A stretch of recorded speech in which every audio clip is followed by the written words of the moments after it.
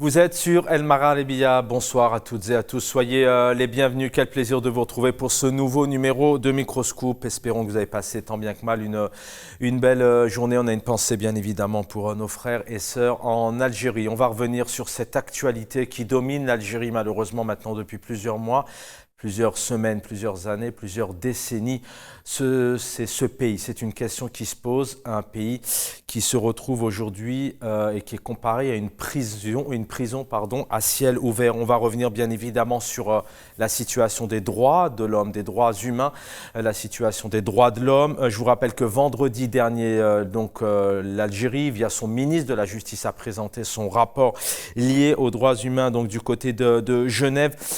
Alger, je vous le rappelle, je vous le disais hier, mais c'est bien de le rappeler encore ce soir, puisque Alger a été prié par les États-Unis, mais pas que, notamment le Royaume-Uni ou l'Allemagne, par exemple, de cesser, je cite, de harceler journalistes et défenseurs des droits. Voilà donc ce qu'a dit clairement ces différents pays dans le cadre de cette rencontre donc à Genève, au siège des Nations Unies. On va y revenir avec nos invités bien évidemment.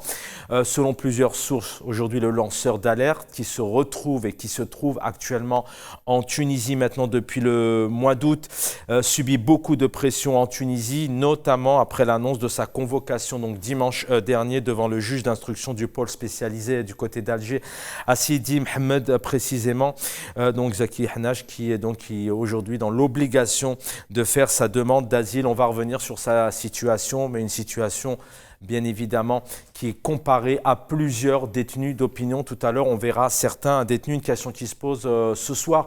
Pourquoi en 2022, là où les nations, les pays se préoccupent des startups, se préoccupent notamment du sport, de la culture, de l'éducation, du savoir, d'une jeunesse. Chaque pays a sa jeunesse qu'il souhaite faire développer, faire avancer, notamment aussi avec ses réseaux sociaux, avec Twitter, Facebook, Instagram, Snapchat. Vous connaissez beaucoup mieux ça que moi. Bien pourquoi en Algérie, le pouvoir passe son temps notamment à accueillir toute cette jeunesse, tous ces Algériens et ces Algériennes, politiques, journalistes, défenseurs, citoyens, tout à fait normaux dans leurs activités, j'ai envie de vous dire, eh bien, les accueillent dans les tribunaux ou dans les prisons, notamment pour des procès liés à leur opinion, à leurs pratiques, à leurs convictions, notamment politiques. On va y revenir. Et puis le titre de l'émission qui est affiché, merci Karim, qui est la société civile en Algérie. On va y revenir, puisque hier, donc, le Premier ministre Ayman Ben Abdelrahman a présidé l'ouverture des assises nationales de la société civile qui se tiennent sous le thème, je cite, on en parlait hier, mais on va y revenir, notamment sur cette question qui est la société civile, qui compose réellement ces assises qui ont commencé hier matin, qui se sont terminées aujourd'hui. Pour l'instant, nous n'avons aucun rapport, aucune conclusion, pas de perspective. Qui a participé aussi à ces assises, on va y revenir. Je cite donc la thématique, la société civile, socle de l'édification de l'Algérie nouvelle, avec, dit-il, a-t-il annoncé la participation de 700 représentants d'associations nationales, locales. Qui sont-elles? D'organisations, de syndicats. De quels syndicats il s'agit? Et puis de la communauté nationale à l'étranger. On n'en a pas beaucoup entendu parler. On va y revenir notamment du côté avec nos invités ce soir. Sur le plateau, le plaisir de l'accueillir, Lies Djebaili. Bonsoir, ingénieur économiste, militant politique. Hérakiste, bonsoir, Lies Djebaili. Bonsoir Chaban, je vous remercie pour votre invitation. Tahiyati, mes salutations à tous mes compatriotes et aussi mes salutations et grand merci à l'équipe de El Magharibiya qui couvre cette émission. Merci à vous. Merci infiniment pour votre participation. Dans quelques instants, on va venir nous rejoindre. Il est là dans une poignée de secondes. Azouaou Chemorouk, donc militant politique. Et on devrait avoir notamment avec nous Gamal Abina, analyste politique, fondateur du mouvement des droits civiques. On va essayer de comprendre aussi avec lui, avec nos invités aussi, qu'est-ce qu'une société civile aussi, et puis que veut dire les assises, sachant que normalement, par expérience, en ayant déjà évoqué notamment ces thématiques dans le cadre de différentes émissions, les assises se préparent plusieurs semaines, plusieurs mois en amont avec des questions, des problématiques, pour quel public, notamment alors que là, comme ça, de but en blanc, comme un cheveu sur la soupe, le Premier ministre nous annonce comme ça, en 48 heures, des assises avec près de 700 personnes. Avec nous donc Lies Djebaili, on va revenir bien évidemment. D'abord, je sais que d'abord vous militez pour les droits humains, vous avez droits humains, vous avez déjà bien évidemment écrit, coécrit, vous êtes rendu à plusieurs instances, notamment nationales, internationales. D'abord, la situation des droits de l'homme, encore aujourd'hui, on en parle avec cette gifle, peut-être ce rappel à l'ordre à Genève. Mais ce qu'on disait hier aussi, ce qui est malheureux, c'est qu'il faut attendre d'être à Genève pour que l'Algérie se fasse reprendre, en l'occurrence le ministre de la Justice. La voix des détenus, merci encore pour Chaban. Tout d'abord, je tiens à rendre hommage à tous ces détenus d'opinion qui souffrent de l'arbitraire. Il faut savoir que l'Algérie, via son ministre de la Justice, a reçu une grosse gifle. La grosse gifle. Tous les représentants des pays, l'Estonie, l'Allemagne, le Mexique, le Pérou, les États-Unis, la Hollande, le Luxembourg, ont critiqué, ont donné des recommandations d'abroger l'article 87 qui va à l'encontre des standards du droit international. Alors on peut toujours le rappeler, hein, ce n'est pas une fiction, le 87 bis, donc qui aujourd'hui, comme ça, d'un claquement de doigts, donc peut nommer, qualifier, attaquer n'importe quel individu de terroriste. D'ailleurs, hein, dans le cadre de cette rencontre vendredi matin, on a reproché à l'Algérie d'utiliser le mot de terroriste et de terrorisme comme ça, sous une exagération hors norme. Hein. Absolument, le régime algérien. Il est capable de rendre les 40 millions d'Algériens terroristes. Si vous faites une publication qui va à l'encontre du régime, vous pouvez être considéré, poursuivi de terroriste, acte de terrorisme. Donc, tout ce qui va à l'encontre du régime, c'est considéré comme terroriste. C'est-à-dire, si nous écrivons une publication, si nous parlons, si nous voulons exprimer quelque chose, nous pouvons être considérés comme des terroristes et poursuivis par le régime. Donc nous sommes des terroristes potentiels pour ce régime.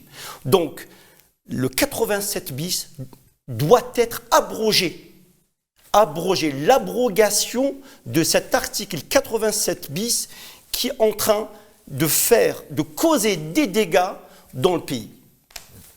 Au moment où, je le disais tout à l'heure en préambule, hein, au moment où les États protègent quelque part, essayent de mettre en place un certain nombre d'infrastructures, de développement, les start-up, des budgets arrivent notamment dans certains pays, on essaye de donner la chance à toute cette jeunesse, essayer aussi de travailler, de sortir les personnes dans cette situation de chômage, un pouvoir d'achat qui baisse.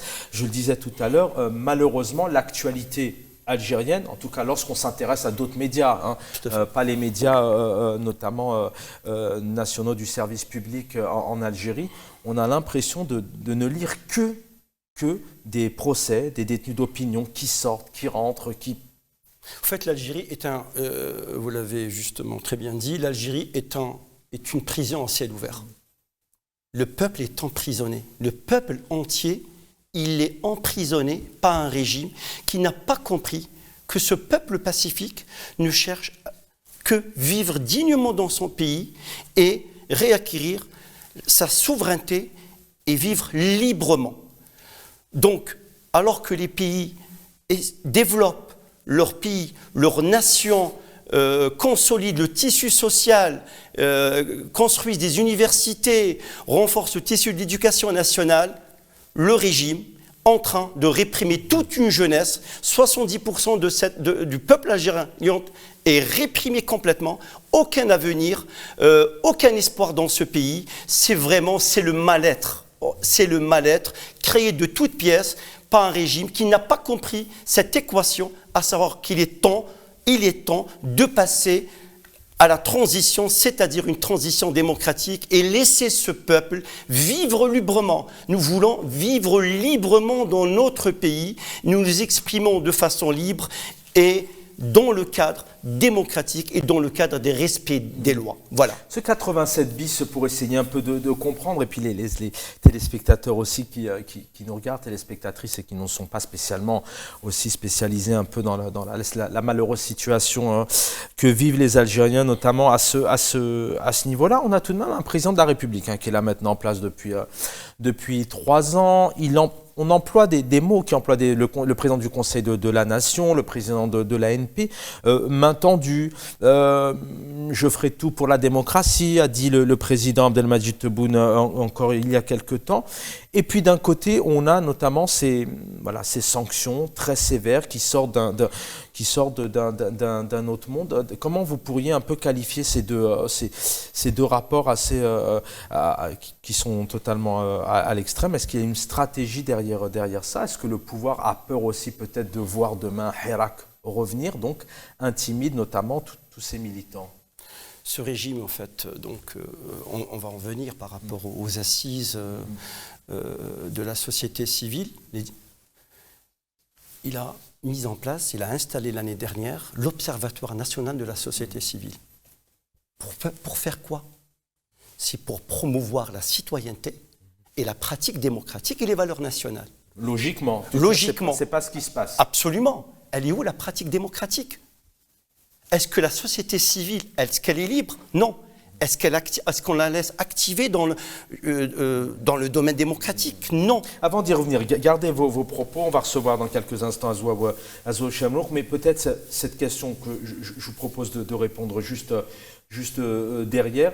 Y a-t-il une stratégie? Y a-t-il un message quand même derrière ça? On a une main tendue à la fois, on a un président qui a envie de travailler, qui essaye de se redorer parfois une légitimité à l'international, notamment, on y revient, on peut y revenir, mais on en a parlé notamment avec cette histoire, cette rente mémorielle. Et puis à l'inverse, d'un côté, il y a toutes ces arrestations. Y a-t-il un message derrière? Il y a une incohérence? C'est un président qui est perdu? C'est un pouvoir qui a peur de son peuple?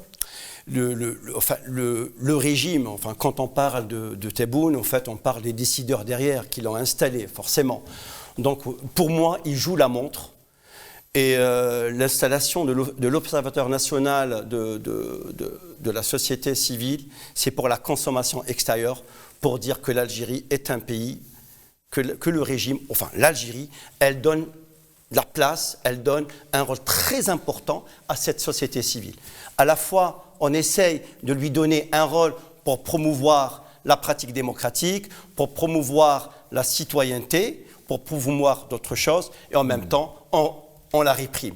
Donc, la preuve, vendredi dernier, quasiment la majorité des intervenants ont critiqué l'article 87 bis qui a été conçu, confectionné, pondu sur mesure pour réprimer, tout simplement. Pour réprimer, tout simplement.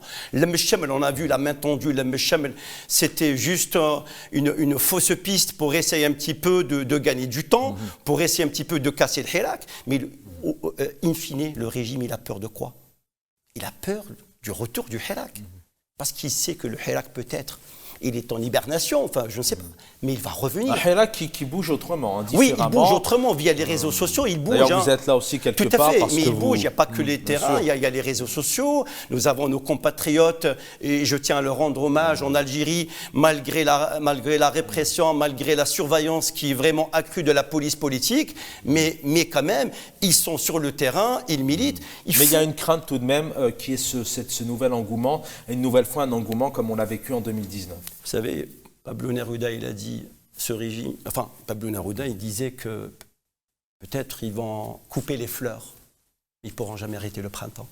Notre révolution va partir. L'émission n'est pas terminée, on aurait pu terminer là-dessus. 19h15 minutes. On va écouter ici Razir Zouaoui qui est sorti de prison. Vous allez voir, il parle d'un calvaire, quartier des condamnés à mort. La prison de Qléa, exactement, on meurt à petit feu. Il parle d'isolement. Tendez l'oreille, c'est un citoyen algérien, ni plus ni moins, qui sort aujourd'hui de prison. C'est un calvaire. La prison Noqli'a, j'ai fait d'autres prisons, puis j'ai été transféré suite à ma grève de la faim. Donc j'étais sanctionné d'abord à l'isolement, ensuite pendant 4 jours, on m'a transféré sur Chelif, dans le quartier des condamnés à mort. J'étais aussi dans l'isolement pendant 23 jours. Et j'ai laissé Zarir, comment ça se passe. Dina ou Firdé, c'est autre chose. C'est une mort lente. C'est vrai qu'on dit en prison on vivote, on ne vit pas, mais à Qoli'a, on meurt à petit feu. On meurt à petit feu. C'est le moins que l'on puisse dire. Et pourtant, ce ne sont pas des gens qui méritent d'être embastillés. Ce ne sont pas les gens qui méritent d'être emprisonnés. Ce sont les gens les plus nobles de la Kabylie. Ce sont les gens les plus honnêtes de la Kabylie qui sont actuellement à Qoli'a et qui endurent encore ce calvaire. Et je leur souhaite de tout cœur leur libération. La libération, voilà, le plus vite possible. Ben écoutez, non, ils ont un très très bon moral. Hein. On a toujours un très bon moral. C'est vrai que moi-même, j'ai perdu la moitié de mon poids. J'avais 110 kilos, maintenant j'ai 60 kilos. صراحة زقن قلوزيني ومشى ينرنا وزقن قبالي ثيو كشما ذا قبالي فهذا قبالي ذو زقن.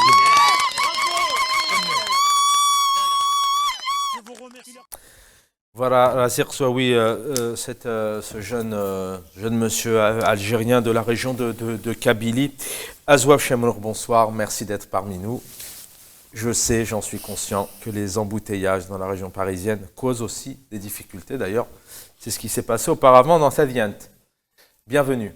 Bonsoir Chaman, bonsoir à Aliès, bonsoir aux téléspectateurs et je tiens à m'en excuser encore une fois pour le retard dû aux bouchons sur la région parisienne. Je vous en prie.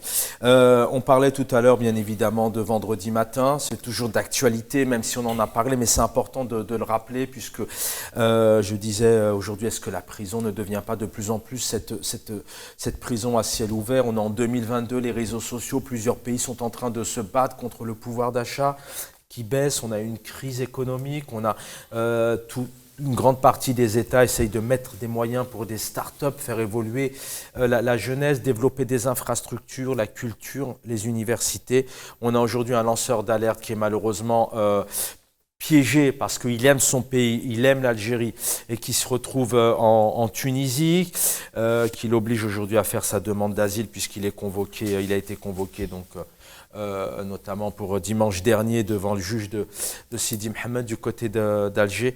On a une situation à Zouaou, chez Manon, des Algériens en termes de détenus de droits humains qui devient de plus en plus complexe, si le mot est peut-être pas assez fort. Oui, bien sûr, de plus en plus insoutenable et intenable. Mais il faut savoir une chose, c'est que, comme a dit j'ai oublié le nom de l'écrivain, c'est-à-dire que celui qui fait une demi-révolution creuse sa propre tombe. Et c'est ce qui s'est passé malheureusement quand le peuple s'est soulevé en 2019. On n'a pas su malheureusement traduire ça en politique et essayer de constituer un rapport de force pour empêcher ce genre de situation et ce genre de dégradation des droits humains qu'on vit aujourd'hui. Mais d'un autre côté, c'est que le pouvoir il est dans sa logique, c'est qu'il est dans son rôle. Il doit, enfin, je l'explique, mais je ne le comprends pas. C'est-à-dire que ça ne veut pas dire... Vous prenez les mots de la bouche. De quelle logique? Si on essaye de comprendre un peu la situation en profondeur, si on se met à la place du président de la République, du Premier ministre, du ministre de la Justice, de l'Intérieur, qu'est-ce qui peut se passer dans leur tête? On a un peuple pacifiste qui s'exprime comme tous les peuples du monde aujourd'hui. Je vais pas, vous êtes jeune, les réseaux sociaux, ça vous connaît. Qu'est-ce qui se passe dans sa tête? Pourquoi cette volonté de dominer, de peut-être persécuter, est-ce que c'est le bon mot, de réprimer? Il est dans sa logique, c'est que dans sa logique de se maintenir. Et il est dans une logique de tout sécuritaire, c'est-à-dire qu'à des réponses, pour répondre à des problématiques économiques, sociales et politiques, on répond par le tout sécuritaire. C'est quand je disais que le pouvoir il est dans sa logique, c'est que il doit se maintenir. Parce qu'en fait, aujourd'hui, quand il juge les militants qui sont innocents, qu'ils ont fait que relayer des informations, que exprimer une opinion sur les réseaux sociaux. Il n'y a pas vraiment un acte de violence caractérisé. Mais en quoi ça fait peur à un pouvoir qui est là, qui est en place depuis plusieurs années? Il doit juger, c'est-à-dire, vous savez, c'est que le mur de la peur, il doit s'entretenir. C'est-à-dire qu'une fois qu'il est construit, parce qu'en 2019, le pouvoir a vu le mur de la peur qui était du côté du peuple se fissurer, s'ébranler. Donc, ce qu'il a fait et ce qu'il est en train de faire, c'est de reconstruire ce mur de peur. Le peuple doit toujours avoir peur, doit avoir cette crainte, et cette crainte ou cette peur doit être entretenue. Et aujourd'hui, le pouvoir algérien, il entretient cette peur. Il ne faut pas que la peur change de camp. Il ne faut pas que la peur, c'est-à-dire traverse vers le camp du pouvoir. Et je disais par rapport à sa logique qui est le tout sécuritaire, quand il juge les innocents militants, et il doit les juger, pourquoi? Dans sa logique. Sinon, c'est lui qui sera jugé. Vous voyez, pour lui, il est dans une logique guerrière, c'est-à-dire que pour lui, la justice, pour nous, qui sommes militants des droits humains, des libertés, de la démocratie dans toutes ses formes et de liberté dans toutes ses formes, nous voyons la justice comme garante de la paix civile. Nous voyons la justice comme réparatrice des torts. Mais pour le pouvoir, c'est un atout de guerre, c'est un instrument de guerre. Parce qu'en fait, il a vu le pacifisme d'un peuple. Nous, le peuple était pacifique. Pourquoi? Parce qu'il avait pris l'essence de responsabilité. Il avait dit, et le peuple, quand il est sorti d'une manière pacifique, c'est justement l'avenir de ses enfants et l'avenir du pays qui est en jeu.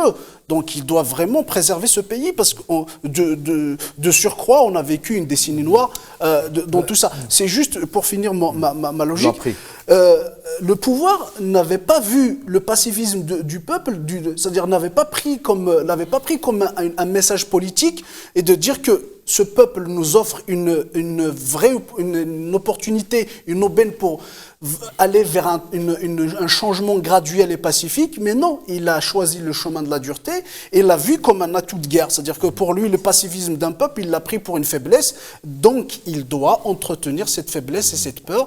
Sinon, c'est lui qui sera jugé, c'est lui qui sera condamné. Bon, néanmoins, maintenant, depuis 2019, les ONG bougent. Le Parlement européen bouge tout de même. On a eu 2-3 sorties en France où ça a bougé. On rappelle la totale discrétion, voire l'absence du président français sur ces questions des droits humains, puisqu'il avait réagi en 30 secondes en disant que le président algérien était sensible, qu'il ne voulait pas parler d'ingérence et qu'il était sensible à ces questions des droits humains. Donc on voit tout de même que depuis 2019, il y a des réactions. Bon, les militants, j'en parle même pas.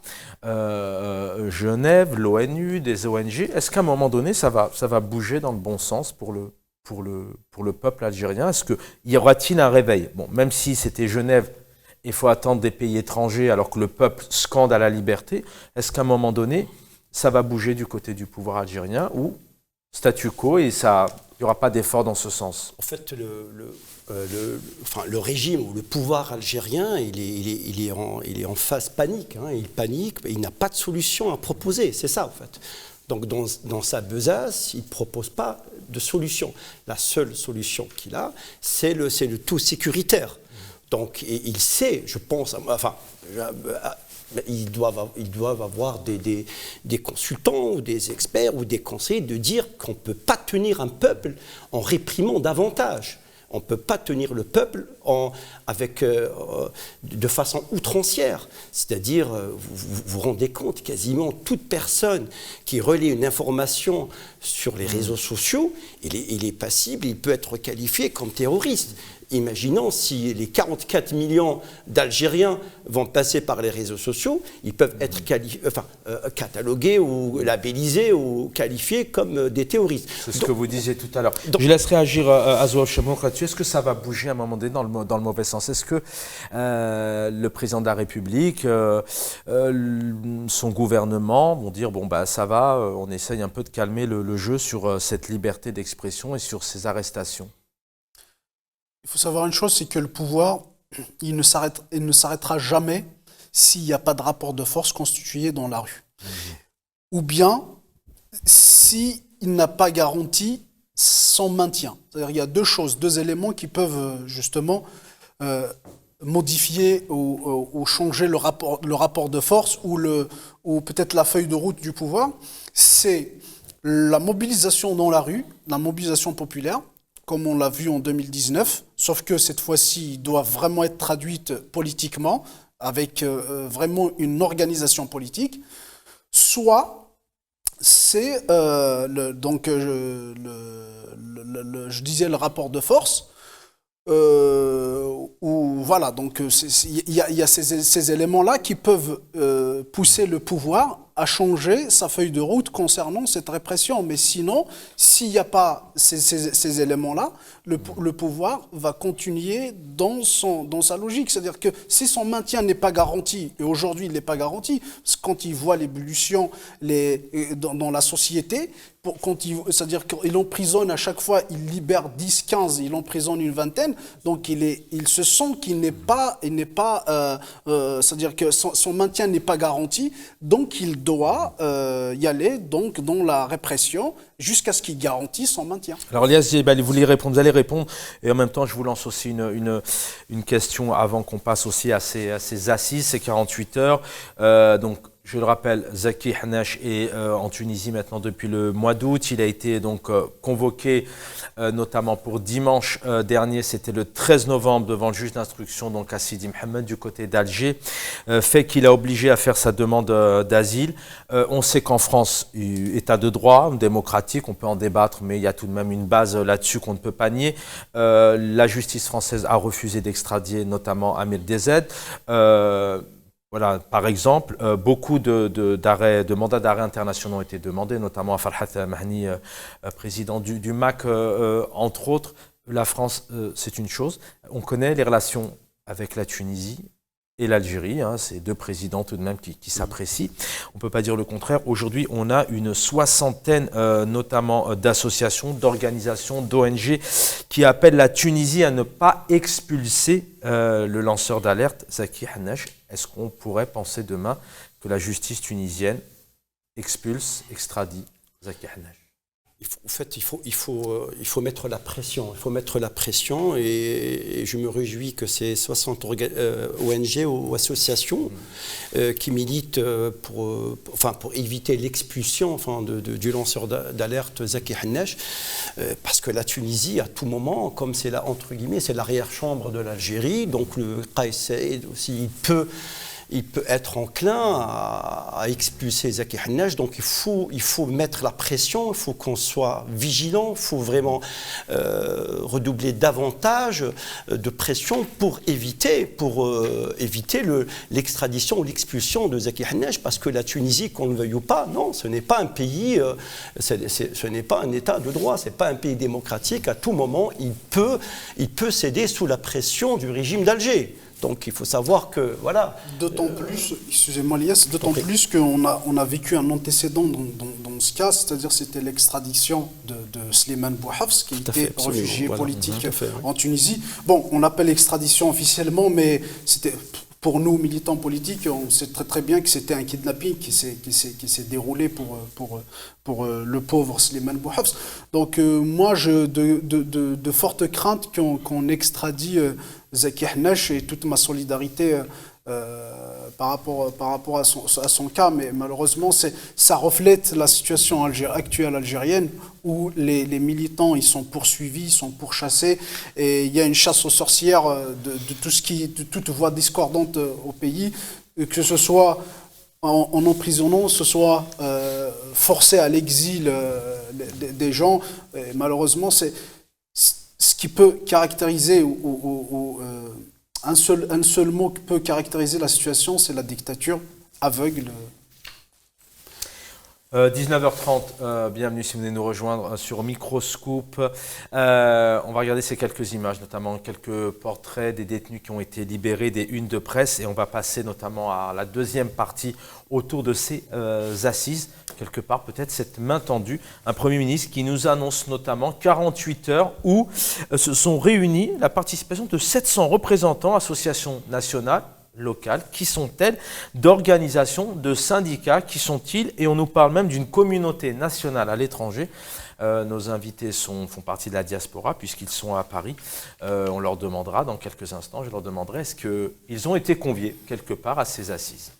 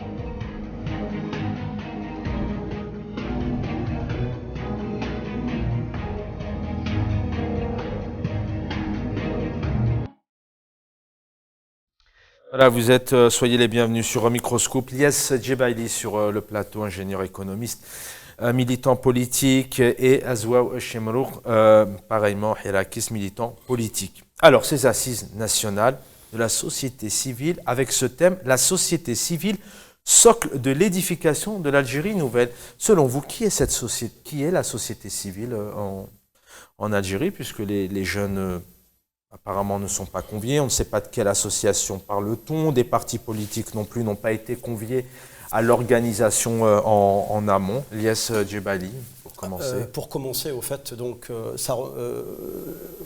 va remonter un peu le cours de l'histoire, que les assises de la société civile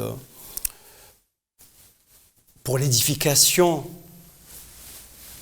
de l'ONC, dans cette Algérie nouvelle, c'est l'Observatoire national pour la société civile. Donc nous savons qu'en principe, dans un état de droit, c'est pour promouvoir la citoyenneté, la pratique démocratique et les valeurs nationales intrinsèques du pays, de la nation. C'est ces trois éléments. Donc on a vu le Premier ministre qui... dans un discours qui loue. En tout cas, l'idée est positive. L'idée, certes, elle est positive. Les annonces, les mots sont positifs. Tout à fait. Il faut savoir que l'Observatoire national pour la société civile est un organe consultatif. C'est-à-dire, il l'a activé en décembre 2021, en activant l'article 213 de la nouvelle Constitution de 2000. Voilà. C'est 213 dans la Constitution. Il a activé en application. Ça lui a permis de mettre en place l'Observatoire national de la société civile. Quand le Premier ministre il dit c'est un acquis pour qui? Pour le peuple ou pour le régime? Quand il dit c'est un jalon qui va donner une vision du rôle de la société civile dans le cadre d'un développement. Mais quelle société civile? Cette société civile est-elle libre? Cette société civile active-t-elle? Justement, la question que je vous posais, de quelle société civile il s'agit là? Est-ce que c'est les personnes, les fidèles proches du pouvoir? Est-ce que c'est un casting sélectionné, comme le disait hier Maître Nabil Asmaïl? On a aussi Jamel Guessoum qui disait clairement que le Premier ministre prenait les Algériens pour des imbéciles et des rigolos. Je pense que c'était les bons termes. Eh bien, il y a 700. Il y a 700, on est d'accord. Il y a le président, il y a ses 50 membres et 700 représentants d'associations civiles et aussi reconnues d'utilité publique. Quelles sont ces associations en Algérie qui sont reconnues d'utilité publique? Et certaines aussi compétences nationales faisant partie de la société civile. Quand on parle de compétences nationales de la société civile, on va dire des médecins, des ingénieurs, des juristes, est-ce qu'ils cautionnent tout ça? Sachant que la liberté, elle est réprimée en Algérie. Donc pour moi, tous ces représentants qui se sont réunis à Alger, c'est la première édition de l'Observatoire national de la société civile, quasiment, c'est un casting triés sur mesure par le régime pour faire vendre, pour la consommation extérieure à l'international et aussi pour adoucir un peu l'intérieur. Mais je ne vois pas où est la place de la société civile. Le peuple, il est réprimé. Il y a deux sociétés civiles en Algérie pour commencer, puis après on essaiera de comprendre quel est le but un peu de ces 48 heures. Donc il faut savoir une chose, c'est que je disais tout à l'heure que le pouvoir suit sa logique. Et justement, la création de cet observatoire pour la société civile rentre dans cette logique de totalitarisation du pays. C'est-à-dire que toute voix discordante doit être réprimée. En contrepartie, on doit créer quelque chose, une alternative. C'est ce qu'il a fait avec les partis politiques, c'est ce qu'il a fait avec les institutions, c'est-à-dire que il réprime, il dissout des partis politiques d'un côté pour promouvoir d'autres. Et la société civile, c'est ce qui est en train de se passer, c'est qu'au même moment qu'il appelle aux assises de la société civile, il y a des associations qui prônent un discours contraire à celui de pouvoir, qui sont menacées de dissolution ou même dissoutes. D'ailleurs, on rappelle que Raj passe demain. Allez-y. Donc Raj demain est devant le Conseil d'État. Notamment, on l'espère que le Conseil d'État décidera leur réhabilitation concernant leur activité. Excusez-moi. Il faut rappeler aussi le Conseil de l'État, c'est la haute juridiction, tout ce qui concerne l'administratif. Enfin, je pense même ici en France, c'est pareil. Donc il est dans sa logique, il doit bien, quand il réprime, quand il est dans sa logique de musellement de toute voix discordante, il doit lui créer une alternative. Et aujourd'hui, la société civile, donc il a muselé toute la vraie société civile qui était là pour promouvoir les droits humains, c'est-à-dire la société civile, elle est vraiment exhaustive, hein, c'est-à-dire qu'elle peut toucher à la démocratie, elle peut toucher à la culture, au sport, voilà, à tout ça. Donc il doit c'est-à-dire proposer une alternative, sa propre société civile. Et le pouvoir, il a créé même sa société parallèle. C'est-à-dire rappelons-nous les élections de 2019, c'est qu'il est sorti avec des chiffres comme quoi il avait une base sociale qui avait voté. Le référendum d'ailleurs aussi a fait parler de lui. Le référendum qui avait une société qui avait voté pour lui. Donc il a un pouvoir qui invente une société parallèle, ne trouvera pas de mal à inventer une société civile parallèle. Et justement, juste pour finir, cet observatoire de la société civile, moi je pense qu'il a été créé, ces assises de manière générale, ils sont créés d'abord pour mieux contrôler l'opinion publique, c'est-à-dire dans une logique de police politique. C'est-à-dire qu'il va mieux contrôler la société civile, les associations qui opèrent dans la scène algérienne. Et puis, il y a des élections de 2024. Tebboune, je pense qu'il est, sur certains aspects, il est sur les traces de Bouteflika. Il veut chercher un capital sympathie au sein de la société algérienne pour avoir un rapport de force en sa faveur concernant les militaires, ce qu'avait fait Bouteflika contre les militaires. C'est-à-dire qu'il avait un capital sympathie au sein de la société pour pouvoir le faire valoir contre les militaires. Et Tebboune, je pense qu'il est en train de faire la même chose pour le faire valoir contre les militaires en 2024, pour peser dans l'échéancier, dans l'échéance de 2024 qui arrivera. Et sachons une chose, c'est que entre les acteurs du pouvoir, il y a des guerres par rapport à 2024, et Tebboune veut s'imposer comme un incontournable par rapport à 2024. On y reviendra une réaction rapidement. Je voudrais donner la parole à Gamal Abina. Il est 19h40. Il nous reste rapidement. Quand le Premier ministre dit c'est pour la promotion, c'est l'élaboration d'un long process. L'édification, il parle. L'édification d'un long process, l'élaboration d'un long process pour renforcer le tissu institutionnel. Il le dit. Le deuxième point, il dit c'est suite à des réunions et des conférences organisées à travers les wilayas. Moi, je n'ai pas vu des réunions à travers les wilayas et qui sont organisées et des conférences. Toute réunion pacifique, elle est réprimée. D'ailleurs, la représentante, la déléguée de l'Estonie, elle a recommandé de libérer la parole, de libérer la liberté d'expression et d'autoriser les réunions pacifiques. C'est vrai que c'est des réunions qu'on n'a pas vues. Alors, c'est des oui, contradictions. on va donner la parole à Gamal Abina. Gamal Abina, bonsoir, analyste politique, fondateur du mouvement des droits civiques. Oui, bonsoir. Donc, le sujet étant la société civile. Merci Gamal Abina. Ah, voilà, on vous retrouve rapidement. On aura le plaisir de vous réinviter. Le temps passe vite, mais comme ça, en 5 minutes. D'abord, une société civile pour vous, point d'interrogation. Et puis, si je ne me trompe pas, des assises, logiquement, ça se prépare aussi en amont, des rencontres de quartier avec des associations, des partis politiques, essayer de faire ressortir des problématiques qu'on met justement sur la table lors de ces assises et puis après faire un bilan. Vous m'arrêtez si je me trompe. Alors là, qu'on a un Premier ministre qui nous annonce comme ça de but en blanc 48 heures d'assises. Alors oui, c'est vrai que normalement ce genre d'assises s'organise en amont avec une consultation locale, puis régionale, puis nationale. La question qui se pose aujourd'hui, c'est de savoir pourquoi on convoque une société civile en Algérie. C'est parce qu'il se trouve aujourd'hui que la société civile algérienne existe. Elle existe depuis le Hirak. Elle s'est exprimée, elle a obtenu quelques avancées, pas suffisantes. Et c'est vrai que le gouvernement donne le sentiment qu'il a envie d'écouter la population.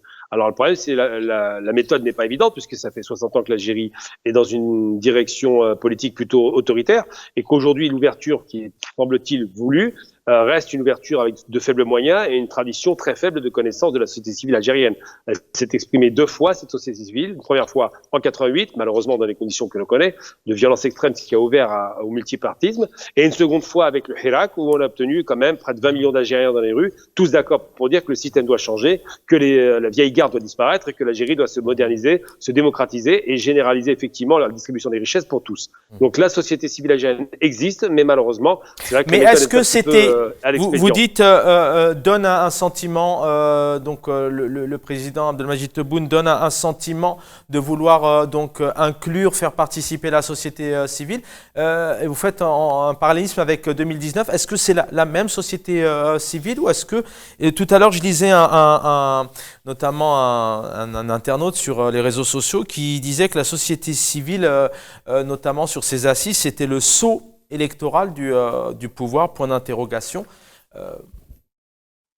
Alors en Algérie, rien n'est jamais clair. C'est-à-dire qui fait quoi, comment on le fait. On sait qu'il y a toujours effectivement un pouvoir et puis un sous-pouvoir et puis des pouvoirs économiques qui interviennent directement ou indirectement. Et c'est vrai que de dire que le peuple algérien aujourd'hui a la parole, c'est difficile à entendre. La démocratie n'est pas totale, loin s'en faut. Il y a beaucoup de choses à améliorer, mais je pense que le peuple algérien a démontré une maturité extraordinaire, vraiment à nul autre pareil, puisque depuis 2011, la plupart des pays arabes sont quasiment dans le chaos, sauf le peuple algérien qui a su montrer qu'il était mature. Maintenant, est-ce qu'il est entendu? C'est un autre débat. Je pense que ça va progresser, je l'espère. Je reste un véritable optimiste vis-à-vis de la population algérienne à laquelle j'ai toujours cru. Et j'espère qu'effectivement, le gouvernement algérien, sachant que le Hirak est toujours sous-jacent, il n'a jamais disparu, le peuple aspire à des changements réels. J'espère que le gouvernement fera en sorte de l'écouter de façon un peu plus sérieuse.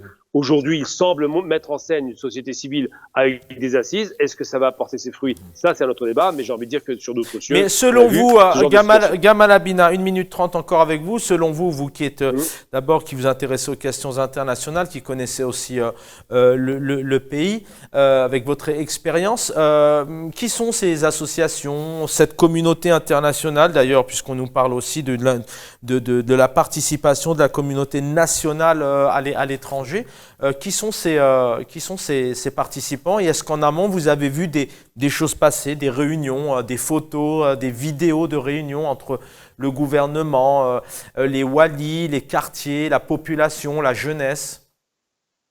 Alors vous savez, je vais être très clair avec vous, là ça va pas plaire ce que je vais dire. Mais ces associations, parce que la communauté algérienne à l'étranger est très peu organisée, et encore moins en France d'ailleurs, c'est quasiment inexistant. Et les rares associations qui en représentent qu'elles-mêmes, il y a à peu près 5-10 membres par association, c'est ce que j'appellerais des khobzistes. Des gens qui ont toujours été à la gamelle, qui sont toujours aux réunions du 1er novembre pour aller voir ce qui s'y passe, mais qui, sur le terrain réel, ne font pas grand-chose. Les véritables... Mais est-ce que selon vous, elles ont été sollicitées? On essaie vraiment de comprendre aujourd'hui, ces 700 représentants, qui sont-ils? Parce que nous, on a du mal à avoir des noms d'associations, des représentants, des invités. On a vraiment du mal aussi à avoir des vidéos de rencontres, des photos de débats en amont sur plusieurs semaines, plusieurs mois en amont de ces 48 heures. Est-ce qu'on a eu des éléments selon vous? Il n'y a pas d'éléments, c'est de la mise en scène très souvent. Malheureusement, je le déplore, l'Algérie a 60 ans de dirigisme total. Il faut du temps pour qu'une société civile organisée, elle existe, mais organisée, apparaisse. Mais il reste toujours ces anciennes associations qui étaient à la gamelle à l'époque et qui continuent à s'exprimer comme si de rien n'était, alors qu'elles ne représentent qu'elles-mêmes. La société civile algérienne existe, mais pas la société civile associative indépendante. Aujourd'hui, on n'a que les anciennes structures qui ne représentent rien, malheureusement. Gamal Abina, merci d'avoir été avec nous pour ces quelques minutes. Merci d'avoir pris, fondateur du mouvement des droits civiques. Messieurs, il nous reste encore 7 petites minutes. Voilà, vous avez la parole tous les deux. Revenons, quand vous parlez tout à l'heure des représentants de la communauté nationale à l'étranger, sachant qu'il y a 4 représentants, moi j'aimerais bien savoir les noms de ces 4 représentants qui sont choisis par Tebboune. Hein. Ils sont choisis. Donc les 4 représentants, nous faisons partie de la diaspora, nous militons, nous nous connaissons. En tout cas, Paris n'a pas été sollicité. Absolument. Ils ont été choisis par Tebboune en sous-marin pour représenter, pour cautionner un casting ou une mise en scène ou une pièce théâtrale. Non, il faut être honnête et dire que oui, nous sommes pour la promotion de la pratique démocratique, oui, nous sommes pour la promotion de la citoyenneté, les valeurs nationales de notre pays, oui, l'Observatoire national de la société civile est un acquis dans le cadre d'un état de droit, mais il faut savoir que cet observatoire national de la société civile, forcément, il doit être infiltré à fond. C'est lié peut-être à cette difficulté, à ce degré d'illégitimité. C'est vrai que dans certains pays comme la France, on a vu parfois des chefs d'État aller à la rencontre de plusieurs villes organisées dans des endroits très particuliers avec des représentants, etc. Bon là, c'est vrai qu'on dit clairement, on n'a pas vu un président de la République algérienne au cœur d'une foule, à débattre, etc. C'est impossible aujourd'hui pour le pouvoir algérien d'aller se confronter vraiment à la réalité du terrain. Oui, à la vraie société civile ou à la vraie population. C'est-à-dire que sans maquillage, sans scène théâtrale, le pouvoir, enfin Tebboune ne pourra jamais s'offrir un bain de foule. Ça, si on parle de cet aspect-là. Mais moi, excusez-moi de le dire trivialement, mais moi, je m'en fiche éperdument que Tebboune appelle, appelle la société civile ou la communauté établie à l'étranger pour participer à ces assises, parce que moi-même, je ne reconnais pas Tebboune à la tête de notre pays, parce qu'elle est issue, c'est-à-dire par une volonté militaire. C'est les militaires qui l'ont placé et non pas la volonté du peuple algérien. On a vu le forcing qui a été opéré le 12-12-2019. Donc pour moi, qu'ils fassent leurs assises, qu'ils appellent leurs associations, d'ailleurs que même les associations établies à l'étranger, ils ne sont même pas représentatives, ils ne sont même pas légitimes, je leur lance un défi, ces associations qui prétendent être représentatives de la diaspora, je leur lance un défi de venir expliquer, c'est-à-dire leur entreprise à la population sans avoir... c'est-à-dire en toute spontanéité, le dimanche par exemple. Le dimanche à la place de la République, si on peut le dire comme ça. C'est pas possible. Et j'en suis sûr que ce ne sont pas des activistes ou des militants qui ont participé au mouvement de la diaspora pendant 2019. Donc pour moi, tout ça, je vous le disais, c'est que c'est le pouvoir algérien qui essaye de chercher une société civile. Il a fabriqué une base sociale, donc il n'a pas de mal à se fabriquer une société civile pour y aller dans sa logique totalitaire où toute voix discordante doit être réprimée. Et voilà. Les perspectives, messieurs, maintenant avant de se quitter, on a vu tout de même une marche présente pour le 1er novembre 54, qui est la continuité du Hirak, puisqu'on a vu tout de même depuis 2019, les Algériens ont retrouvé une certaine citoyenneté, puis ont retrouvé une attirance, une attractivité, excusez-moi un peu du terme, en tout cas pour ces dates importantes, le 17 octobre, le 5 octobre, entre autres le 5 juillet, 1er novembre, c'est de continuer à les mobilisations. On parlait de Zaki Hanach tout à l'heure. Il faut continuer le travail militant pour libérer notre pays. Il faut continuer à travailler, il faut continuer à militer. Les résultats, le triomphe se fera sur le long terme. J'ai pas vu une révolution qui donne ses fruits sur le court ou le moyen terme. C'est généralement les grandes révolutions, c'est sur le long terme. Donc il faut mobiliser davantage, il faut dénoncer ce régime davantage, il faut consolider nos efforts, il faut récupérer le rapport de force. Le rapport de force, finalement, c'est une variable d'ajustement. Certes, sur le terrain, nous ne l'avons pas, mais cette variable d'ajustement, tôt ou tard, la courbe va s'inverser. Donc, il faut continuer. Donc, nous devrions rester debout parce que le pays nous attend, parce que les attentes du pays, c'est très important. Il y a tout un peuple. Il faut libérer l'Algérie. Il faut libérer le citoyen algérien. Un peuple debout aussi avec d'autres conditions. Pareil, la dernière petite minute avec vous. Oui, donc je commence déjà par un petit aperçu historique. Pardon. Il reste une minute. C'est que Katb Yassine disait des événements de 45 comme quoi ils avaient cimenté son nationalisme. Et moi, je reste persuadé que 2019 a cimenté, c'est-à-dire une certaine conscientisation politique c'est-à-dire dans le peuple algérien. Sauf que maintenant, il faut vraiment apporter du politique dans les revendications et dans notre du contenu dans notre lutte, pardon. Donc il faut c'est-à-dire savoir essayer de s'organiser, parce qu'il faut savoir une chose, c'est que ce qui fait peur au pouvoir, c'est l'organisation. Il faut qu'il reste le pouvoir, bien évidemment, il faut qu'il reste la seule force organisée. Il ne faut pas que l'autre camp soit organisé. Donc avec le politique, on pourra s'organiser, et avec l'organisation, on pourra conscientiser la population. C'est le travail que vous menez. Merci infiniment, Algérie, qui est la société civile. Azouaf Chemlouk, merci d'avoir été avec nous. Lies Djebali, merci. Gamal Abina, merci d'avoir été avec nous. Merci à l'équipe en régie. Dans quelques instants, vous avez rendez-vous avec Othman, normalement, pour El Umq. Bonne soirée. J'aurai le plaisir de vous retrouver demain pour un nouveau numéro. Je l'espère. Prenez soin de vous.